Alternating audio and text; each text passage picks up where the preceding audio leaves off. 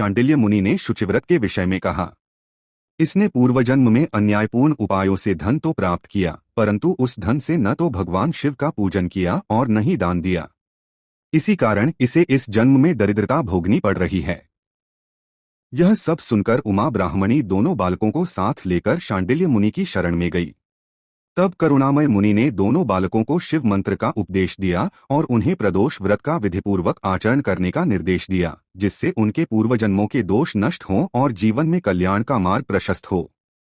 ऋषि की आज्ञा से धर्मगुप्त और शुचिव्रत श्रद्धापूर्वक प्रदोष व्रत का पालन करने लगे। 4 महीने बीत जाने पर एक दिन शुचिव्रत को नदी के तट पर गिरी हुई एक दरड़ी में स्वर्ण मुद्राओं से भरा एक हंडा प्राप्त हुआ। उस धन से उनका दरिद्रता का जीवन समाप्त हो गया और वे सुखपूर्वक रहने लगे। कुछ समय बाद धर्मगुप्त वन में गया हुआ था।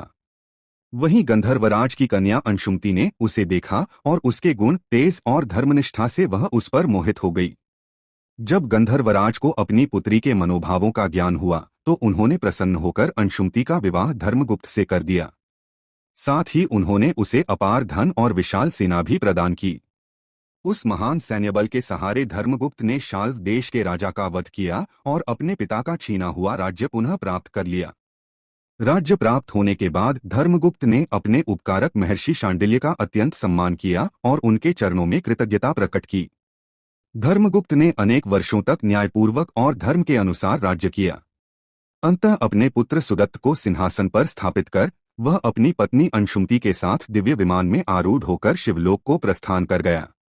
इस प्रकार प्रदोष व्रत और भगवान शिव की कृपा से उसके जीवन का परम कल्याण हुआ।